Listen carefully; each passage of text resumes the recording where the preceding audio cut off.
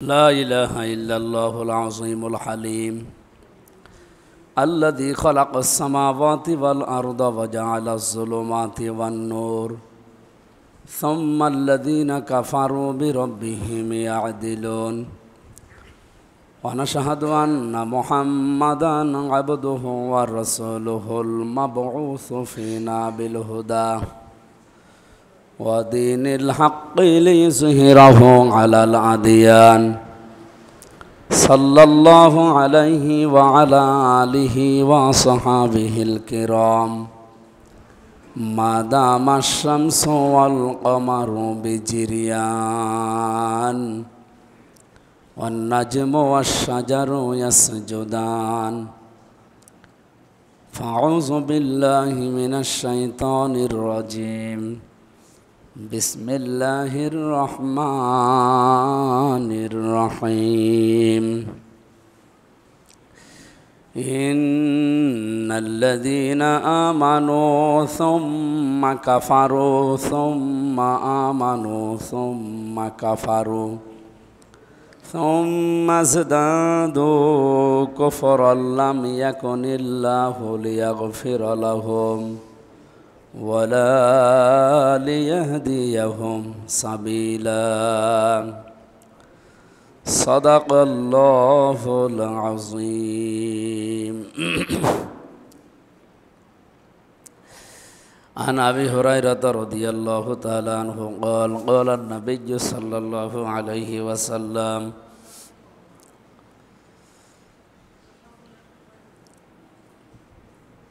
ما تزال قدم بني آدم عبدي يوم القيامة حتى يسأل عن 50 عن عمره فيما أفنى وعن شبابه فيما أبلى وعن ماله من أين اكتسبه وفيما أنفقه وعن علمه ماذا عمل فيه متفق عليه اللهم صل على محمد وآله وصحابه وبارك وسلم আলহামদুলিল্লাহ প্রশংসা আদায় করছি মালিকের জমার দিন আজানের সাথে সাথে তার ঘর মসজিদে সেজদার উদ্দেশ্যে আসার তৌফিক দিয়েছেন। ছাত্রকে এক শিক্ষক জিজ্ঞাসা করছে, পৃথিবীতে সেজদা দেয় না কারা, বলতে পারবা? ছাত্র জবাব দিচ্ছে, 3 প্রকার মানুষ পৃথিবীতে সেজদা দেয় না। কয় প্রকার? 1 নম্বরে অমুসলিম যারা, তারা আল্লাহকে সেজদা দেয় না। এ পর্যন্ত বুঝলেন তো? অমুসলিম যারা, তারা সেজদা দেয় আল্লাহকে? দেয় না। কাফের, যেহেতু শয়তান কাফের ছিল, আবা ওয়াস্তাকবারা ওয়া কানা মিনাল কাফিরিন, ও সেজদা দেয়নি, অহংকার করেছিল, ও কাফের হয়ে গেছে। তার মানে অমুসলিম কাফের যারা 1 নম্বরে আমরা পেলাম, তারা সেজদা দেয় না, নামাজ পড়ে না। 2 নম্বরে যারা অজ্ঞান অথবা পাগল, এরা সেজদা দেয় না। তাও 2-1টা পাগলে সেজদা দেয়, হালকা পাতলা এদিক ওদিক করে, কিন্তু অজ্ঞান হয়ে গেলে তার সেজদা দেওয়া যায় না। 3 নম্বরে মৃত মানুষ, যারা মরে গেছে, তারা কি সেজদা দিতে পারে? তাহলে নামাজ পড়ে না, আল্লাহকে সেজদা দেয় না। কয় প্রকার মানুষ পেলাম? এই যে দোকানে এখনো জমার দিনও যারা বসে আছে, ওরা জিজ্ঞাসা করেন, আপনি মুসলমান? হ্যাঁ। নামাজ পড়েন না, সেজদা দিতে যাবেন না, তাহলে আপনি কাফের। কাফের বললে হয়তো রেগে যাবে। তাহলে আপনি যদি কাফের না হয়ে থাকেন, মুসলমান দাবি করেন, তাহলে আপনি অজ্ঞান হয়ে আছেন। ও বলবে, কি বলে? আমি কথা বলছি, আমি অজ্ঞান, মানে আমি অজ্ঞানও না, তাহলে আপনি পাগল। ও বলবে, পাগলও না, আমি তো কথা বলছি ভালোভাবে, আমার পাগলামির কি দেখলেন? তাহলে 3 নম্বরে বলা লাগবে আপনি মৃত মানুষ, আপনি মরে গেছেন। কারণ এই 3 প্রকার মানুষ ছাড়া পৃথিবীতে কেউ সেজদা না দিয়ে থাকতে পারে না। 1 নম্বরে কি বললাম? অমুসলিম কাফের। 2 নম্বরে অজ্ঞান বা পাগল। 3 নম্বরে মৃত মানুষ। আমরা যারা এখানে এসেছি, এই 3 শ্রেণীর 1 শ্রেণীতে আছি না। সুতরাং যারা সেজদা দেওয়ার জন্য আসলেন, বলেন আলহামদুলিল্লাহ। দরুদ আর সালাম পড়ছি মুহাম্মাদুর রাসূলুল্লাহ সাল্লাল্লাহু আলাইহি ওয়াসাল্লামের প্রতি। আমরা নবীকে কোরআনে কারিমে প্রায় 27টা নাম ধরে ডাকতে দেখেছি। আল্লাহ ডাক দিয়েছেন বিশেষ করে 5টা এবং অর্থবোধক নাম। সূরা আহজাবের 44-45 নম্বর আয়াতগুলো আপনারা একটু দেখেন। ইয়া আইয়ুহান নাবিয়্যু ইন্না আরসালনাকা শাহিদা ওয়া মুবাশশিরা ওয়া নাযীরা ওয়া দাঈয়ান ইলাল্লাহি বিইযনিহি ওয়া সিরাজাম মুনীরা। আল্লাহ তাআলা বলেন, হে নবী, অবশ্যই আপনাকে আমি পাঠিয়েছি,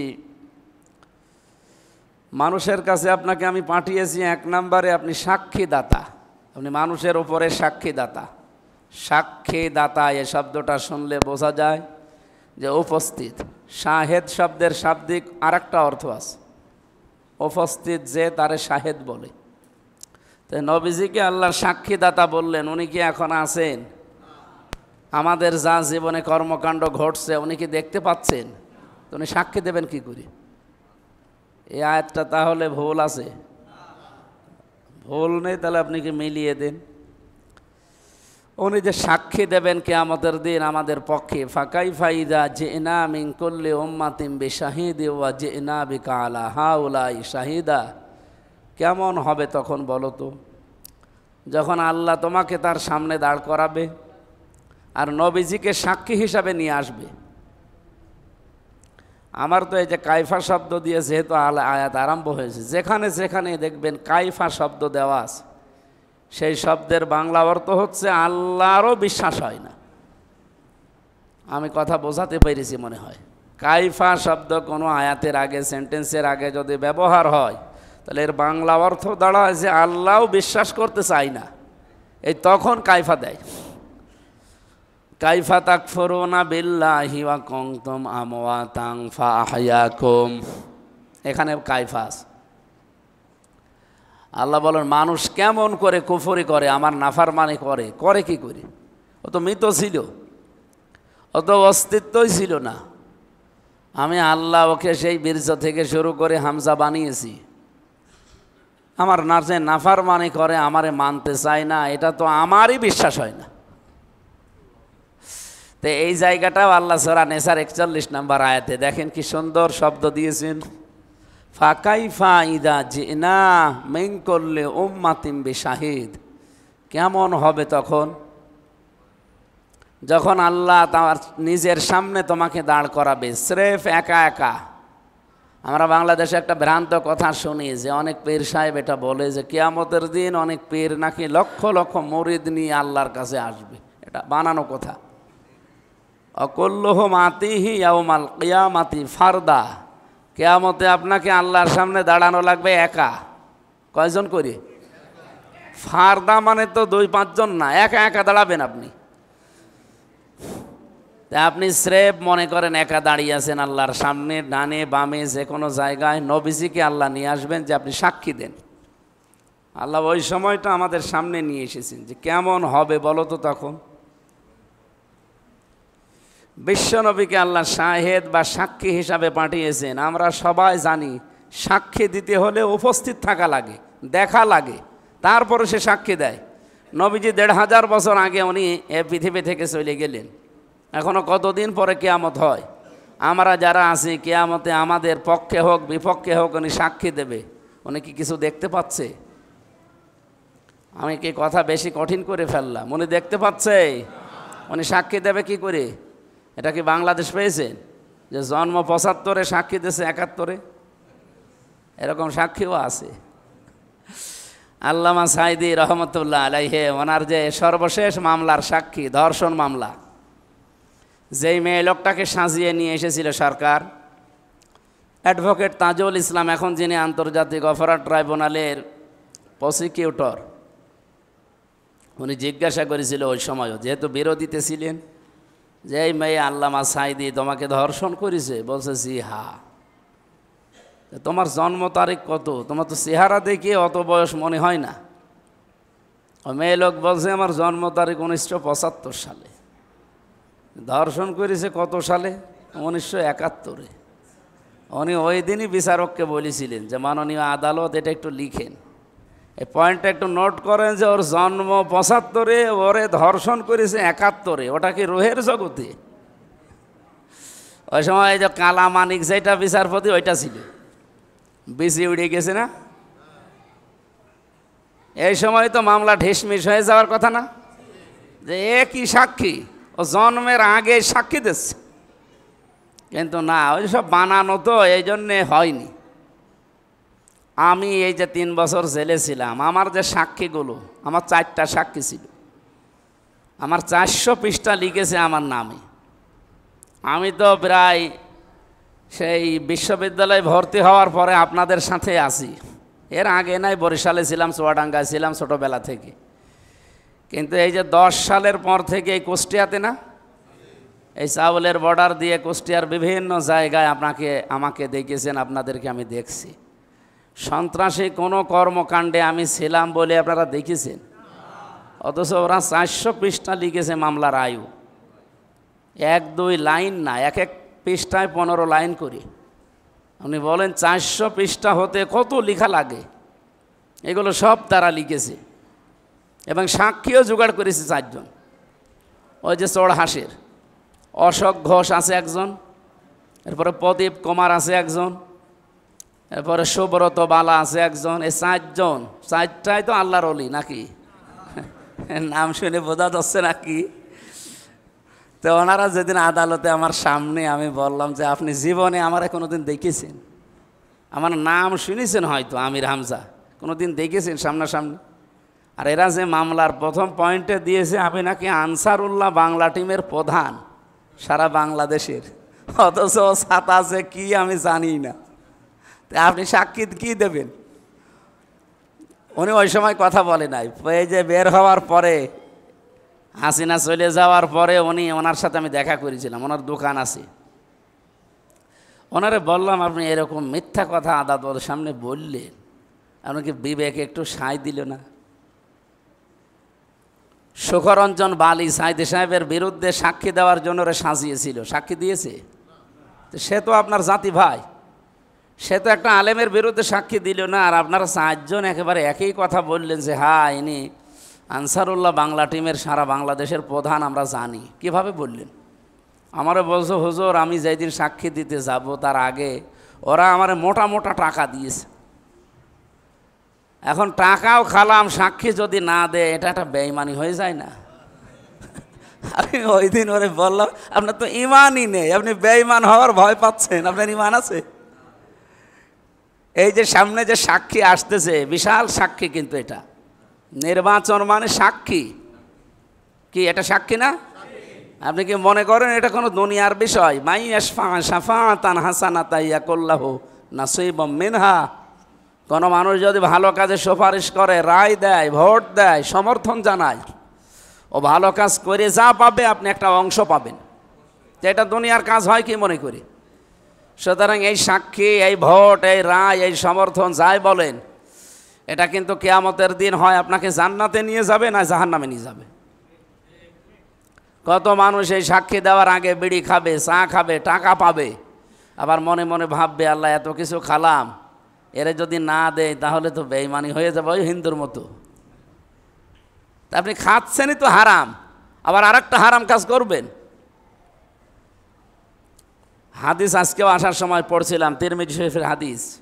বিশ্বনবী জানিয়েছেন কোনো লোক যদি জানা শোনার পরেও কোনো জালেমের পক্ষে রায় দেয়, পেছনে থাকে, তার শক্তি বৃদ্ধি করার জন্যে চেষ্টা করে, আমি নবী বলছি ওর সঙ্গে সঙ্গে আমার উম্মত থেকে বের হয়ে যায়। এই হাদিসটা আজ বাংলাদেশে কত বড় ভয়ঙ্কর হাদিস বলেন তো। আমি জানা শোনার পরও একজন জালেমের পেছনে থাকবো, যে চাঁদাবাজি করছে আমি দেখতে পাচ্ছি, যে দখলবাজি করছে আমি দেখতে পাচ্ছি, যে মানুষের উপরে জুলুম করছে আমি দেখতে পেয়েছি, এরপরও তার শক্তি বৃদ্ধি করার জন্যে, তার পেছনে থাকার জন্যে আমি রায় দিলাম, ভোট দিলাম, তার সমর্থন জানালাম, পেছনে আমার ভাই তোমার ভাই বলে উল্লোক ভাল্লোক স্লোগান দিলাম। আপনি নামাজ পড়তে পারেন, রোজা রাখতে পারেন, নবীর উম্মত আপনি আর নেই। এটা কি শুধু আমার একার জন্যে না সবার জন্যে? এজন্য কিয়ামতের দিন কেমন হবে আপনার অবস্থা বলেন, যখন নবীজি আপনার পক্ষে অথবা বিপক্ষে সাক্ষী দেবে। নবীজিকে আল্লাহ 1 নম্বরেই পরিচয় দিলেন এটা, যে আপনি শাহিদান, আপনি সাক্ষীদাতা। আপনি হয়তো নেই, কিন্তু কিয়ামত পর্যন্ত এই সাক্ষীর প্রচলন থাকবে। কত মানুষ মিথ্যা সাক্ষীর কারণে আজ জেলে পয়সে মরতেছে। এমন মামলা নেই দেশে? লক্ষ লক্ষ মামলার সাক্ষী যা সব বানোয়াট সাক্ষী। আমি নিজেরটাই তো বললাম, 4 জন সাক্ষী 4টাই বানানো। কোরআনে কারিমে যত বড় বড় গুনার কথা আছে, যেগুলো থেকে বেঁচে থাকার আল্লাহ আদেশ দিয়েছেন, অনুরোধ করেননি, আদেশ। সেই গুনাহ থেকে যদি মানুষ বেঁচে থাকতে পারে, তাহলে তার জীবনের যে ছোটোখাটো পাপ আল্লাহ নিজের ইচ্ছায় মাফ করে দেয়। আল্লাযীনা ইয়াজতানিবুনা কাবাইরাল ইসমি ওয়াল ফাওয়াহিশা ইল্লাল লামাম। আল্লাহ পাক বলেন, পৃথিবীতে বড় অপরাধ থেকে যদি নিজেকে বাঁচিয়ে রাখতে পারো, আমি আল্লাহ গ্যারান্টি দিলাম, ছোটোখাটো অপরাধ ওগুলো আমি দেখব না, মাফ করে দেব। ইন্না রব্বাকা ওয়াসিউল মাগফিরা, অবশ্যই তোমার রব বিশাল ক্ষমার ভাণ্ডার নিয়ে বসে আছে। এই যে বিশাল ক্ষমার ভাণ্ডার নিয়ে যে বসে আছে, কাদের জন্যে? এই পৃথিবী না, আমাদের জন্যে না। এই পৃথিবীতে যারা বড় গোনাগুলো ছেড়ে দিতে পারবে আর ছোটোখাটো অপরাধ আল্লাহ নিজে মাফ করে দেবে তার গফফার নামের খাতিরে। সুতরাং আমাদের এখন থেকে বিবেক খাটানো দরকার, জীবনে কোনো বড় গোনা যেন আমার না থাকে। বড় গোনা আমরা অনেকেই মনে করি শিরিক করা, কুফরি করা, এগুলো তো বড় গোনা মাস্ট বি, আমরা জানি। আমি একটা একটা করে যতগুলো হাদিস পড়েছি আয়াতের পক্ষে, তার ভেতরে অন্যতম পেয়েছি 7টা বড় গোনা, আকবারুল কাবায়ের। এই 7টার ভেতরে 6 নাম্বার যে গোনাটা, সেটা হচ্ছে নিরপরাধ কোনো মেয়ে লোকের উপরে জেনার তহমত দেওয়া, ব্যভিচারের দোষ চাপিয়ে দেওয়া। আর 7 নাম্বার হচ্ছে জেনে শুনে মিথ্যা সাক্ষী দেওয়া। সুতরাং আপনি ভোটকে শুধু মানে এমনিই ভোট মনে করেন না, এটা একটা সাক্ষী। হয় ন্যায়ের পক্ষে দেবেন, নয় অন্যায়ের পক্ষে দেবেন, এটা আপনার বিবেককে আপনি জিজ্ঞাসা করেন। নবী যে সাক্ষী ছিলেন, কিয়ামতের দিন তিনি থাকবেন, আমরাও যেন এমন সাক্ষী দিতে পারি যে সাক্ষী কিয়ামতে আমার বাঁচার একটা মাধ্যম হয়ে দাঁড়ায়। মুবাশশিরান, তিনি সুসংবাদ দিয়েছিলেন আমাদেরকে জান্নাতের। ও নাজিরা, তিনি আমাদেরকে ভীতি প্রদর্শন করেছেন নারের, আগুনের, জাহান্নামের। ও দাঈয়ান ইলাল্লাহি বিইযনিহি, তিনি ডাক দিয়েছিলেন আল্লাহর দিকে। কার দিকে? এখানে আপনাদের যে ইমাম আছে, উনি সহ যারা আলেম, সত্যিকারের যারা আলেম, তারা কিন্তু ডাকে আল্লাহর দিকে। কিন্তু তাহেরির মতো আলেম যারা, এও ডাকে, কিন্তু অধিকাংশ ডাক দেখবেন শিরিক আর বেদাতের দিকে। আলেম হলেই হবে না, আলেম হওয়ার জন্যে কিছু শর্ত আছে। সত্যি যদি কেউ আলেম বলে দাবি করে, সে ডাকবে আল্লাহর নবীর মতো আল্লাহর দিকে। কোরআনে কারিমে আছে, কুল হাদিহি সাবিলি আদউ ইলাল্লাহ আলা বাসীরাতিন আনা ওয়া মান ইত্তাবাআনি। হে নবী, আপনি বলেন এইটাই আমার পথ, আমি মানুষকে যে ডাকি আল্লাহর দিকে আন্দাজে না, আলা বাসীরাতিন, আমি জ্ঞানের ভিত্তিতে দেখে শুনে ডাকি। আমি জ্ঞানের চোখ দিয়ে দেখে বুঝে তারপরে মানুষকে আল্লাহর দিকে ডাকি। এটা শুধু আমার একা কাজ না, না ওয়া মান ইত্তাবাআনি, আমার অনুসরণ যারা কিয়ামত পর্যন্ত করবে তাদের ওই একই কাজ, তারাও ডাকবে আল্লাহর দিকে। তো আমরা যেহেতু আল্লাহর দিকে ডাকি, আপনাকে সাড়া দেওয়া উচিত। আমি আমার বাবার দিকে ডাকি নাই, আমার দাদার দিকে ডাকি নাই। বলেছি কোনো দিন যে আমার দাদা চেয়ারম্যান, আমার চাচা চেয়ারম্যান চলেন, তারা যে আদর্শ মেনে চলে, তাদের এই আইনগুলো আমরা ফলো করি, কোনো দিন বলি নাই। সারা জীবনই ডাক দিয়েছি আলা লাহুল খালক ওয়াল আমরু, বানিয়েছেন যিনি, বিধান চলবে তার। এই কথার বাইরে কোনো কথা বলেছি আমি? সুতরাং আপনাদের উচিত এই ডাকে সাড়া দেওয়া।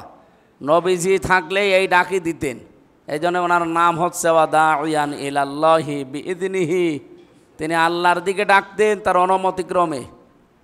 আমরাও এখন যেহেতু আল্লাহর অনুমতি পেয়েছি কোরআনে কারিমে যে এইভাবে ডাকা লাগবে, এই ডাক দিতে গেলে যদি আপনার কাছে রাজনীতি মনে হয়, যদি মনে হয় এটা দুনিয়ার কাজ, ধান্দাবাজি, হ্যাঁ এইটাই আমার রাজনীতি। কোরআনের এই রাজনীতি বাংলাদেশে প্রতিষ্ঠিত নেই। যারা রাম আর বাম আছে, এই 54 বছরে তারা যত কিছু বলেছে যে এই দেশে ইসলাম প্রতিষ্ঠা হলে দেশ পিছিয়ে যাবে, বলেন তো বিশ্বে 257টা দেশ আছে, তার ভেতরে 57টা মুসলিম দেশ। আমাদের উপরে যে সমস্ত মুসলমান দেশে কোরআনের নিয়ম আল্লাহর বিধান চলে, তারা কি আমাদের চাইতে পিছিয়ে না এগিয়ে? সৌদি আরব, ব্রুনাই, মালয়েশিয়া, এই দেশগুলো তো আমাদের চাইতে পিছিয়ে। আপনি মালয়েশিয়া গিয়েছেন, আমাদের সাথে মাত্র 8 বছর আগে তারা স্বাধীনতা অর্জন করেছে, অথচ বিশ্বের বুকে এখন তারা দাঁড়িয়ে গেছে, আর আমরা 54 বছরেও পারি নাই। আপনি এই 15.5 মাসের অবস্থান জানেন? বাস্তবতা, বিশ্বের কতগুলো সংস্থা এসেছে, গোয়েন্দা সংস্থা এসে কাজ করছে অলরেডি, যে 54 বছরে দেশটা দাঁড়িয়ে গেল না, কি পেছনে সমস্যা কি তারা আবিষ্কার করতে পেরেছে এই 15.5 মাসে, যে এই দেশ দাঁড়ায় না তার পেছনে একটাই কারণ, দুর্নীতি।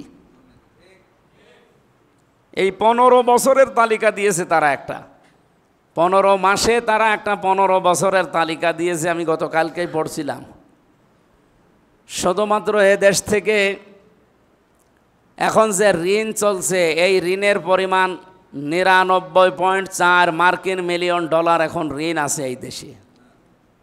আর এ দেশ থেকে শুধু টাকা পাচার হয়ে চলে গেছে 94.5 মার্কিন মিলিয়ন ডলার।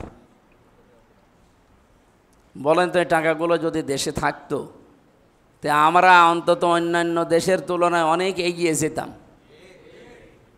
এ টাকাগুলো পাচার না করে যদি দেশের সম্পদ দেশে কাজে লাগাতে পারতাম, 36টা পদ্মা সেতু অনায়াসে বানানো যেত। বাংলাদেশে এখন আর সর্বোচ্চ 3টা সেতু যদি বানানো যায়, এ দেশটাতে আর সেতু বানানোর জায়গা নেই। একটা রাজবাড়ির এইটা, এই যে গোয়ালন্দ যেটা, ওদিকে চাঁদপুরের একটা, আর ওই লাইনে আছে ভোলা। এই 3টা সেতু বানাতে পারলে আর দেশে ওই রকম জায়গা নেই। অথচ যে টাকা পাচার হয়ে গেল, এটা দিয়ে 36টা সেতু এমনি বানানো যেত। যে সেতু বানিয়েছে, যদি 10 টাকা খরচ হওয়ার কথা, সেখানে 30 টাকা খরচ করেছে পদ্মা সেতুই। এই হিসাব ধরার পরেও তারা এই রিপোর্ট দিচ্ছে যে 30 টাকা করেও যদি খরচ হয়, তাও 36টা সেতু বানানো যেত যদি টাকাগুলো দেশে থাকতো। শুধু এক পরিবারের লোকে, শেখ পরিবারই তারা এই টাকাগুলো সব পাচারের সাথে জড়িত।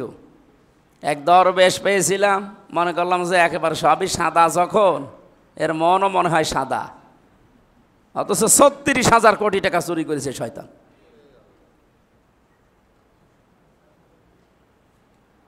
ওর নাম নিতেও আমার কেমন লাগে। মাঝে মাঝে আদালতে যখন যেতাম হাজিরা দিতে, দেখতাম, দেখেছেন মাথার চুল থেকে পায়ের স্যান্ডেল পর্যন্ত সাদা, মাথার চুল সাদা, দাড়ি সাদা, গোফ সাদা, জামা সাদা, পায়জামা সাদা, এমনকি স্যান্ডেলও সাদা পরত, আর ভেতরে পুরাটা কালো।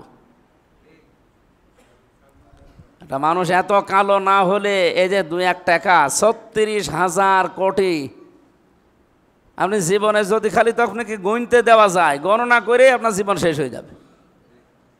তাহলে একজনেই যদি, মানে দরবেশ, যারে আমরা দরবেশ বলে জানি, সেই যদি এই করে, তাহলে যেগুলো দরবেশের ভল ধরেছে, ওগুলো যে কি করেছে আল্লাহ জানে, আর ও জানে। সেদিন সিঙ্গাপুরে ছিলাম, মালয়েশিয়া, সিঙ্গাপুরে ঢুকতে দেয় না আল্লাহর ওলিরা।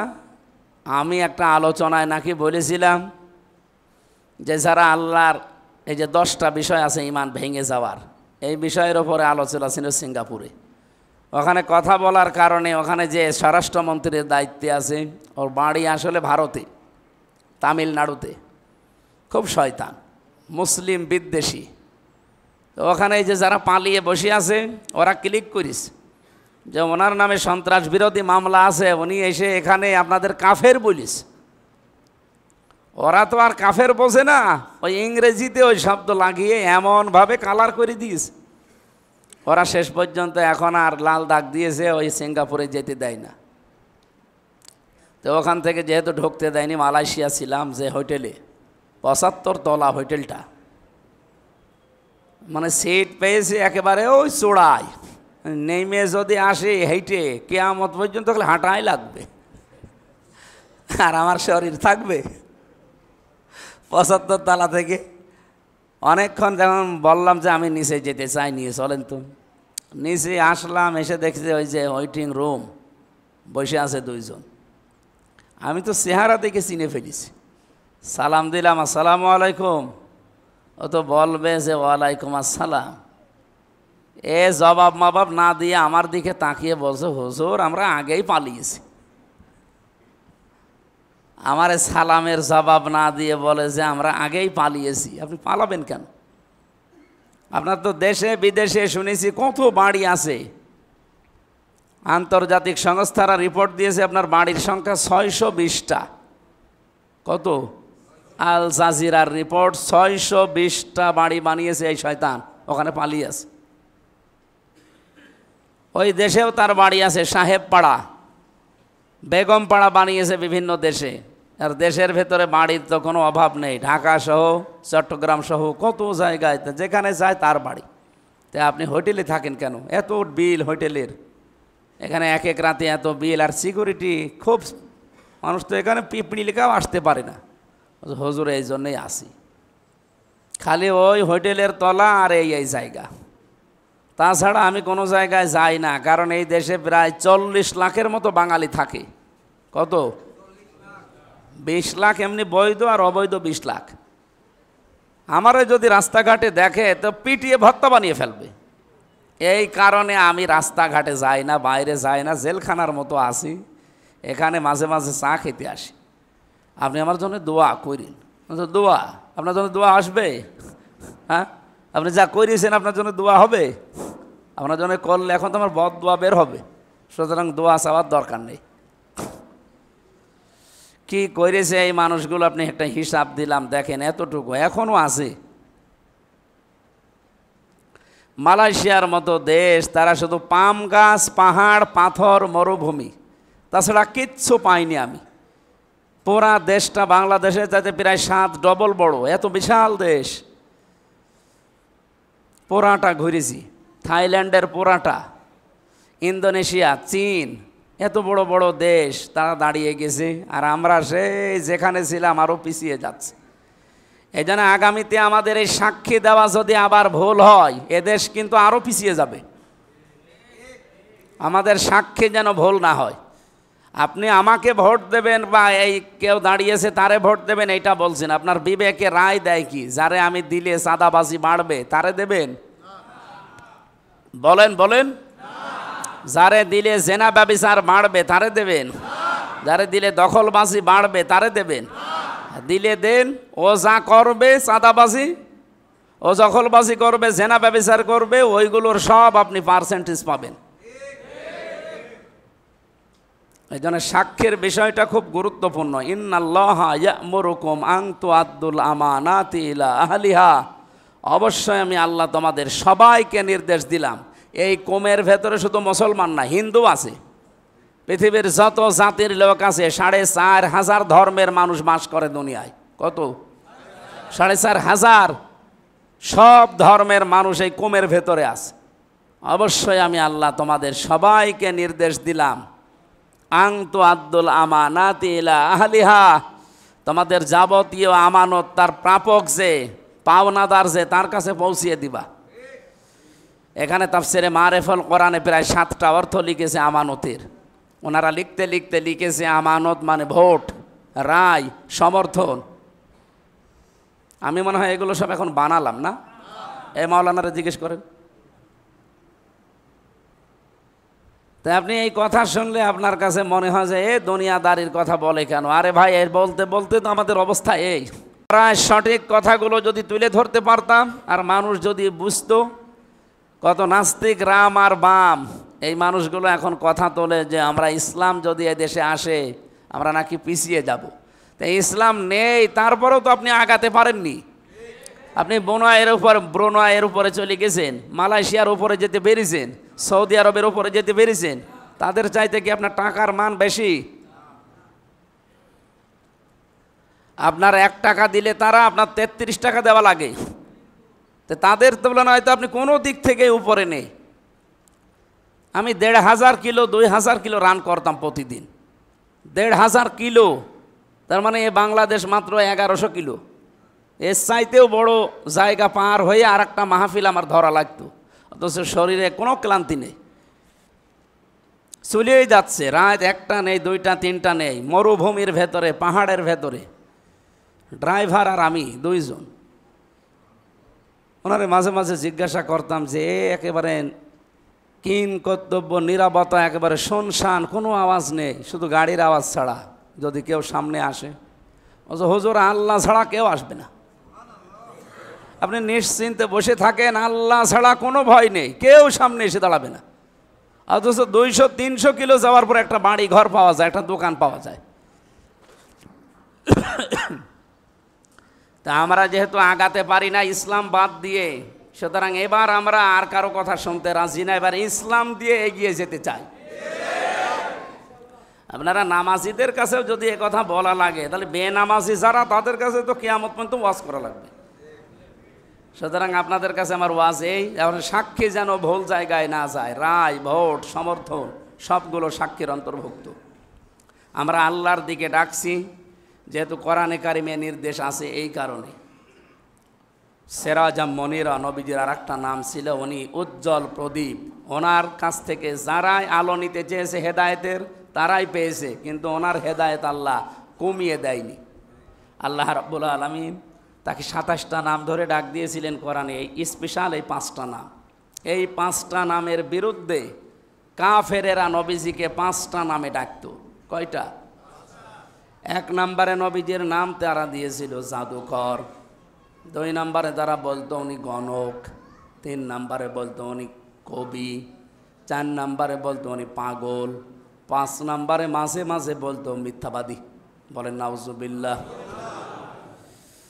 আখনাস ইবনে শরাইক, এই লোকটার জীবনী পড়ছিলাম তাফসির ইবনে কাসিরের ভেতরে। আবু জেহেলের কাছে একদিন যে বলছে, নেতা মোহাম্মদ যেই কথাগুলো বলে, কথাগুলো কি ঠিক? আবু জেহেল বলছে, আমি চুরি চুরি করে রাতে শুনি, কথা ঠিক, কথাগুলো তো সত্য, কারণ মোহাম্মদ তো ওইভাবে লেখাপড়া করে না, হয়তো এমন সুন্দর কথা বানাতে পারে না, এগুলো আসমানের আওয়াজ, এ কথা সব সত্য। আখনাস ডাক দিয়ে বলছে, নেতা কি বললেন? কথা যদি সত্যই হয় তা আপনি মানেন না কেন?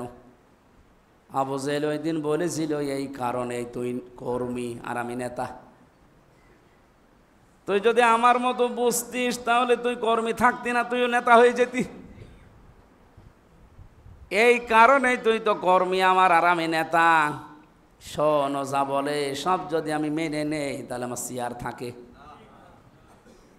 আমার চেয়ার ঠিক রাখার জন্যই তোর কথা মানতে পারি না। আজ বাংলাদেশে ইসলামের বিরুদ্ধে যারাই আছে, ওরা কিন্তু জেনে শুনে বিরোধিতা করছে। আপনি কি মনে করছেন আমাদের বিরুদ্ধে যারা আছে ওরা আমাদের সম্পর্কে জানে না? ওরা চলছে, এরা বিশ্লেষণ করে দেখছে, না এ আমির হামজা আছে না, কার না, এ চোর না, এ চাঁদাবাজ না, ডাকাত না, এরপরে এর বিরোধিতা করা লাগবে একটা কারণে, কারণ এর কথা যদি মেনে নেই তা আমার চেয়ার থাকবে না। এরকম মানুষ কুষ্টিয়ায় নেই? আমার বিভিন্ন জায়গায় পোস্টার লাগানো আছে, বিলবোর্ড, পোস্টার, হ্যান্ডবিল, যাই বলেন। এখানে একটা ছবি দেওয়া আছে, ওখানে কি আমির হামজা আছে না আমির হামজার ছবি? এই যে জিয়ারুখি, এরপরে কাঞ্চনপুর, বিভিন্ন জায়গায় যেগুলো মারা আছে, অনেকেই দেখছি ছবি পর্যন্ত তুলে ছিঁড়ে একেবারে ভেঙে ফেলছে। আপনি একটা প্রাণহীন ছবিকে সহ্য করতে পারেন না, আপনি পিরানওয়ালা হামজাকে সহ্য করতে পারবেন? তাহলে এর নাম কি রাজনীতি? এইটা এই 15 বছর পরে এইটা শিখলেন আপনি? এটা করে তো আপনার কপালে আরো আগুন লাগছে। যারা জানা শোনার পরে ভুল করে, 2টা জিনিস থেকে আল্লাহ তাদের বঞ্চিত করে দেয়। 1 নম্বরে আল্লাহ তাকে আর কোনোদিন হেদায়েত দেয় না। 2 নম্বরে তার শয়তানি বৃদ্ধি করার জন্যে আল্লাহ আরো ছাড় দেয়। এটাকে আমি বানালাম? আল্লাহু ইস্তাহজিউ বিহিম ওয়া ইয়ামুদ্দুহুম ফি তুগয়ানিহিম ইয়ামাহুন। মানুষ যখন ঠাট্টা বিদ্রুপ করে আল্লাহ এবং তার বিধানাবলী দিয়ে আল্লাহওয়ালা মানুষদের সাথে, তখন আল্লাহ ঢিল দেয় যে দেখি তুই কত বাড়তে পারিস, বাড়। 2 নম্বরে ওকে আল্লাহ আর কোনোদিন হেদায়েত দেয় না। ওয়াজালুর রিজসা আলাল্লাযিনা লা ইয়াকিলুন, মানুষের আকেল থাকার পরেও যদি সে বিবেকটা কাজে না লাগায়, এটা সূরা ইউনূসের 100 নম্বর আয়াতের শেষের দিকে আছে, 11 নম্বর পারা 19 নম্বর পৃষ্ঠা 4 নম্বর লাইনে আছে, বাড়িতে যেয়ে মিলাবেন। ওয়াজালুর রিজসা আলাল্লাযিনা লা ইয়াকিলুন, পৃথিবীর ময়দানে যারা তাদের বিবেক কাজ করে না, কমন সেন্স দিয়েছি আমি আল্লাহ, আকল দিয়েছি, কিন্তু এটা কাজে লাগাই না, তখন আমি আল্লাহ নিজে তার উপরে ভুল জিনিস চাপিয়ে দেই, ও ভুলটাকেও শুদ্ধ মনে করে। আমার তো মনে হচ্ছে এই আয়াত কেবল নাজিল হইল। এই কথা বলে না কেন? বাংলাদেশে এই আয়াত মনে হচ্ছে না কেবল নাজিল হইল? যাদের বিবেক আছে কিন্তু কাজে লাগছে না, কাজে লাগাচ্ছেন না, আপনি যতই সঠিক থাকার চেষ্টা করেন পারবেন না, ভুল জিনিস আল্লাহ আপনার ওপরে চাপিয়ে দেবে, তখন আপনি টের পাবেন। এই জন্য আমরা একটু সাবধান থাকি ভাই। নবীজিকে ওরা যে 5টা নামে আল্লাহর দেওয়া নামের পরিবর্তে ডাক দিয়েছে, একটা নামও কি নবীজিকে দেওয়ার মতো? ওনাকে কি পাগল বলার মতো, গণক বলার মতো, কবি বলার মতো, জাদুকর, মিথ্যাবাদী? আবু জেহেল যখন এই কথাগুলো বলছিল, জেনে শুনেও ভুল করে, তখন নবীজি কষ্ট পেয়েছিলেন। আল্লাহ রাব্বুল আলামিন একটা আয়াত নাজিল করলেন ওই সময়, এটা সূরা আনআমের ভেতরে আছে, 7 নম্বর পারা 10 নম্বর পৃষ্ঠা 12 নম্বর লাইনের 33 নম্বর আয়াতটা। قد نعلم إنه لا يحزنك الذي يقولون فإنهم لا يكذبونك ولكن الظالمين بآيات الله يجحدون। হে নবী, আমি জানি ওদের যে কথাবার্তারা, ওরা যে ঈমান আনতে চায় না, ওরা আরও মুখ ফিরিয়ে চলে অ্যাবাউট টান করে, আরও ভেসকি দেয়, আমি জানি আপনার কষ্ট লাগে, কিন্তু ওই মানুষগুলোকে আপনাকে মিথ্যাবাদী বলতে পারে না, যদিও মাঝে মাঝে বলে, কিন্তু একাধারে আপনাকে মিথ্যাবাদী প্রতিপন্ন করতে পারে না, বরং ওরা আল্লাহর আয়াতগুলোই অস্বীকার করে চলছে। শব্দের দিকে খেয়াল করে একটু দেখেন, আল্লাহ কিন্তু জাহাদা দেয়নি, এজাহাদুন দিয়েছেন বহু বছর, মোজারে, বর্তমান, ভবিষ্যৎ, প্রেজেন্ট, ফিউচার। শুধুমাত্র ওই জামানায় আবু জেহেল অস্বীকার করেছে তা না, কিয়ামত পর্যন্ত আবু জেহেলের মতো লোক আসবে, তারা জানা শোনার পরেও মিথ্যা প্রতিপন্ন করবে সত্যের বিধানগুলো। আবু জেহেলকে যেমন আল্লাহ হেদায়েত দেয়নি, নবীজি দোয়া করেছিলেন ওর জন্য, তারপরেও হেদায়েত দেয়নি।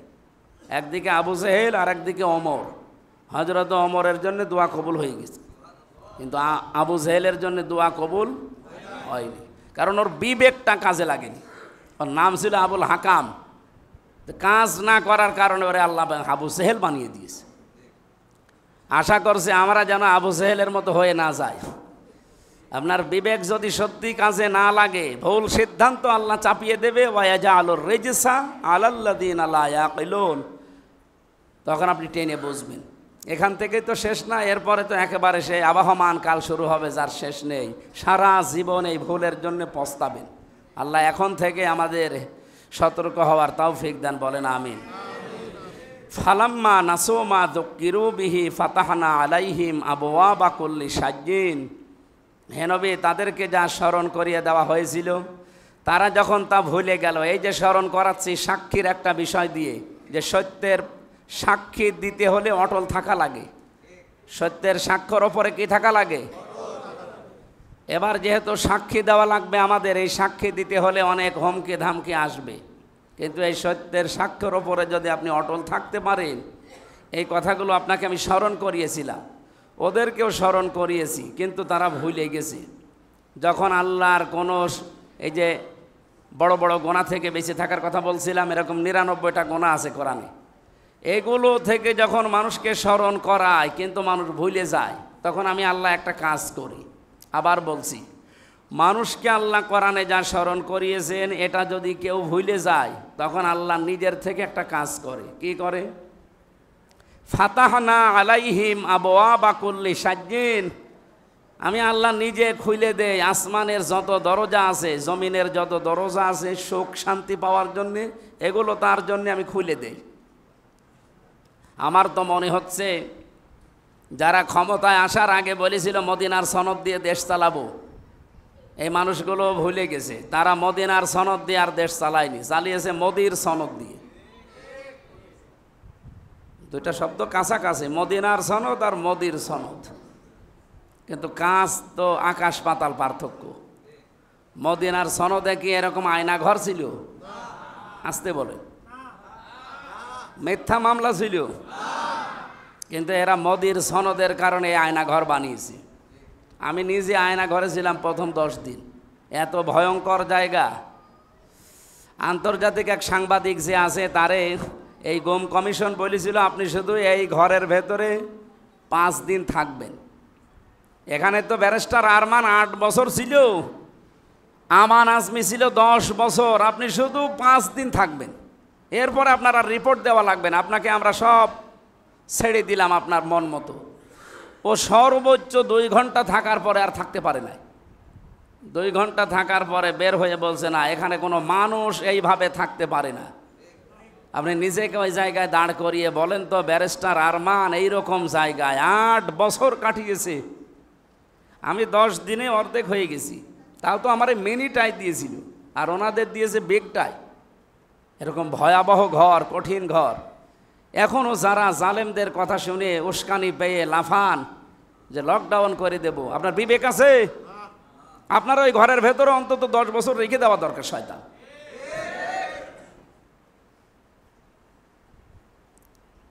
মানুষ যখন আল্লাহর এই নিয়ামতগুলো স্মরণ করানোর পরও ভুলে যায়, তখন আল্লাহ নিজের পক্ষ থেকে তাদের শান্তি বৃদ্ধি করার জন্য বিভিন্ন দরজা খুলে দেয়। আল্লাহ খুলেও দিয়েছিল, যা মন তাই করতো। ভালো মানুষ আমারে ঘর থেকে ধরে নিয়ে গেল, কিচ্ছু না। যাওয়ার সময় আমাকে পাখি পড়ানো করে পড়াচ্ছিল যে এই কাজগুলো করবা, জেলে তো যাওয়াই লাগবে না, এখান থেকে বাড়ি পৌঁছিয়ে দেব। কিন্তু একটাও সত্য কথা না, সবগুলো মিথ্যা কথা। এটা একটাও বলার মতো না। আল্লাহ তাআলা বলেন এরপরে কি হয়, হাত্তা ইদা ফারিহু বিমা উতু, এমনকি যখন তারা আনন্দে আত্মহারা উল্লসিত হয়ে যায়, তাদেরকে আমি আল্লাহ যা দিয়েছি তাই পেয়ে আখাযনাহুম বাগতাতান, আমি হঠাৎ করে তখন তাদেরকে আমি নিজে ধরি। আখাযনাহুম, আমি ধরি তাদেরকে, হোম মানে তাদেরকে, বাগতাতান আকস্মিকভাবে, তাদেরকে আমি আকস্মিকভাবে এমনভাবে ধরি, ফাইদা হুম মুবলিসুন, তারা নিরাশ হয়ে পড়ে। আমার তো মনে হচ্ছে আগস্টের 5 তারিখে এই আয়াতটা ফের নাজিল হয়েছে। আপনি দেখেন, তারা কিন্তু আত্মহারা হয়েছিল, জীবনে কল্পনাও করে না যে এত রকমের সাজানো গোছানো বাগান এটা ধ্বংস হতে পারে। আমি রিমান্ডে গিয়ে এটা টের পেয়েছিলাম। ওরা একেবারে টপ টু বটল, সব ওদের লোক। যারা আমারে নিয়ে যাচ্ছে তারা ওদের লোক, মামলার যে আয়ু সে ওদের, মামলায় যারা রিমান্ডে নেবে তারা ওদের, যে ম্যাজিস্ট্রেট রিমান্ড দেবে সে ওদের, যে পিপি জেরা করছে সে ওদের, যে বিচারপতি সামনে বিচার করবে সে ওদের, যে রায় ঘোষণা দেবে সে ওদের। আমার কি আছে? আছে, আমার একজন আছে উকিল। না উকিল, আল্লাহ তো আছে। আমার একজন ছিল মাত্র উকিল, ও উকিলের কথা শুনলেও চলে, না শুনলেও চলে। বলেন কত আনন্দে ছিল তারা এই বিষয়গুলো নিয়ে, কোনোদিন কল্পনাও করে না। আল্লাহ যেন মুবলিসুন দিয়েছেন। হঠাৎ করে যখন তাদেরকে ধরেছি তখন তারা মুবলিসুন, নিরাশ হয়ে পড়েছে। আল্লাহ এতটুকু শেষ করেননি, ফাকতিয়া দাবিরুল কওমিল্লাযিনা যালামু, ফা মানে অতঃপর, কতিয়াল্লাযিনা যালাম, কতিয়া দাবিরুল কওমিল্লাযিনা যালামু, জালেমদের শিকড় কাটা হয়ে গেছে। কেটেছে কে? না, আপনি আলে চিল্লালে নিয়ে যায়, হুজুর তো চিল্লাচ্ছেন। কতিয়া এটা মজুল, মজুল বোঝেন, এর কর্তা জানা নেই।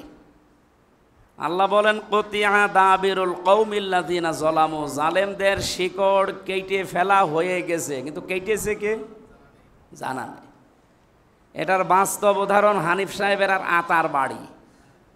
এই যে কে ভেঙেছে এই কেউ জানি না। আপনি বলেন, একজনকে ধরেন তো যে এই লোক ভেঙেছে, এর ফাইল কে, কর্তা কে? কেউ জানে না, শুধু এই দুইটা। ওনার নামের সাথেও তো আমি কামের মিল পেলাম না। আতা শব্দের শাব্দিক অর্থ দান করা। আতা মানে কি? দেওয়া, দান করা। আর ওনার নাম আতা, ও খালি নিত। আতা মানে দান করবে, দেবে না, খালি নেবে। আর নামের সাথেই মিল নেই, এই জন্যে বাড়ি দেখেছি। এখন কি অবস্থায় আছে, কোথায় আছে, আল্লাহর সে ছাড়া কেউ জানে না। এখান থেকে আল্লাহ আমাদেরকে একটা শিক্ষা দিয়েছেন। আল্লাহ তাআলা বলেন, ফাতিলকা বুয়ুতুহুম খাওফিয়াতাম বিমা যালামু। এই সেই ঘরগুলো যেগুলো আজ ওজাড় গৃহ হয়ে পড়ে আছে, আর জনশূন্য, মানুষ নেই এখানে, কেউ আর থাকে না। তোমাদেরকে আমি, যদিও লূত আলাইহিস সালামের জামানার ঘটনা, কিন্তু আল্লাহ আমাদেরকে আগস্টের 5 তারিখে আবার স্মরণ করিয়েছে যে এই সেই ঘর, এই সেই ঘরগুলো। এই জন্য বাইতুন দেয়নি, বয়ুত বহু বচন দিয়েছেন, আবার হোম দিয়েছেন। এই ঘরগুলো তাদের বিমা যালামু খাওফিয়াতান, আজকে পড়ে আছে জনশূন্য হয়ে। এগুলো পড়ে আছে একেবারে মানব শূন্য, উজাড় গৃহ, কেউ আর থাকে না এখানে। কারণ কি? বিমা যালামু, এখানে জুলুম হতো। এক একটা বাড়ির নিচে টর্চার সেল পাওয়া যায়। এখানে মানুষের ওপরে জুলুম করার জন্য পরামর্শ হতো, কারে সকালবেলা ধরিয়ে দেব। আমি কি বেশি বললাম? এরকম কাজগুলো যেখানেই হবে। শুধু এ পর্যন্ত আল্লাহ শেষ করেননি, ইন্না ফি যালিকা লাআয়াতাল লিকাওমি ইয়ালামুন। এই আলেমকে জিজ্ঞাসা করেন তো, আয়াতের ভেতরে আল্লাহ ইন্না দিয়েছেন, আবার লা দিয়েছেন, দুইটা তাকিদ দেওয়ার দরকার কি? রব্বুল আলামিন বোঝাতে চেয়েছেন, ইন্না ফি যালিকা লাআয়াতান, অবশ্যই অবশ্যই এর ভেতরে শিক্ষা আছে, লিকাওমি ইয়ালামুন, যে মানুষগুলো জানতে চায়। যদি তোমাদের জ্ঞান থাকে, এলেম থাকে, তোমরা যদি জেনে থাকো, তোমাদের জন্য এখানে শিক্ষা আছে। আমাদের শিক্ষা এই, এত বড়, যেখানে ইউনিয়নের দারোয়ান থেকে সংসদ পর্যন্ত সব জালেমদের সাজানো লোক ছিল। কল্পনার বাইরে তাদের যে তারা পড়ে যাবে, আল্লাহ তাদেরকে ফেলে দিয়েছে।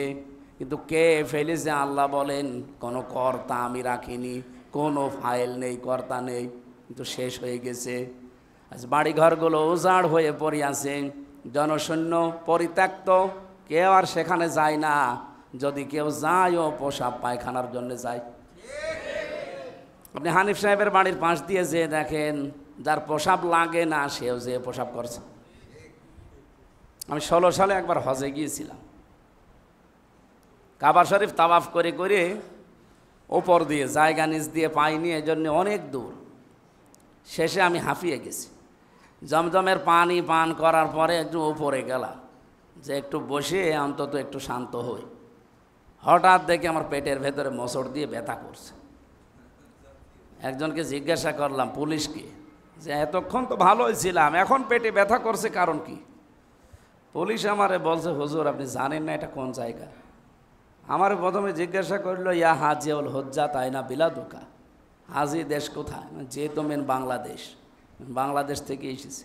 ওর ভাষা দিয়ে আমারে বোঝাচ্ছে যে আপনি জানেন না এটা কোন জায়গা? না তো, আবু জেহেলের বাড়ি। আপনি এখনও পায়খানা না করে দাঁড়িয়ে আছেন, তাড়াতাড়ি করে। পায়খানা করে দেখলাম যে আমার পেটের ব্যথা ভালো হয়ে গেছে। মানে আল্লাহ যেন আমারে বোঝাতে চাচ্ছে যে হামজা, এত লক্ষ টাকা খরচ করে আসলে আর ওই শয়তানের মুখে পায়খানা না করে চলে যাবা, তাড়াতাড়ি করো। তাহলে এতক্ষণ তো আমার পেটে ব্যথা হয়নি। তা আমার মনে হচ্ছে যারা জালেম হবে, জুলুম করবে, মানুষের অধিকার নষ্ট করবে, দখলবাজি, চাঁদাবাজি, ছিনতাই, ডাকাতি, এগুলোর সাথে যাদের সম্পৃক্ত থাকবে, তাদের বাড়ি ঘরগুলো আমার আল্লাহ ঠিক এই জালেমদের মতো উজাড় করে দেবে। আপনি কি মনে করছেন না আমার পারবেন? আপনি কি হয়ে পড়েছেন? ওদের একেবারে ইউনিয়নের দারোয়ান থেকে সংসদ পর্যন্ত সব তাদের লোক, সব জায়গায় সেট করা। তাই তারা এখন কোল কিনারা পাচ্ছে না, কাওয়া কাকু পর্যন্ত এখন কা কা করছে। আর আপনি পাগল হয়ে গেছে যে আমার কিছু হবে না, কিছু হবে না। আপনি বোঝেন? সোরা হমাজাটা একটু বাড়ি যেয়ে বাংলায় পড়ে নিয়ে কিছু হবে কি না হবে টের পাবে। সর্বোপরি আমরা কোরআনে কারিম থেকে যে কথাগুলো বলার জন্যে, সূরা নিসার যে আয়াতগুলো পড়েছিলাম, আমার মনে হয় এখন সময় বেশি হয়ে গেছে। এটা তাফসির মাহফিল হলে আরও ভালো হতো। আগামীতে এলাকায় যেহেতু সময় দিচ্ছি, আপনাদের আরও সময় দেবো ইনশাল্লাহ। তাফসির আকারে কথা বলবো, এখন সুন্নত পড়ে না, আর আগানো ঠিক হবে না। আসসালামু আলাইকুম।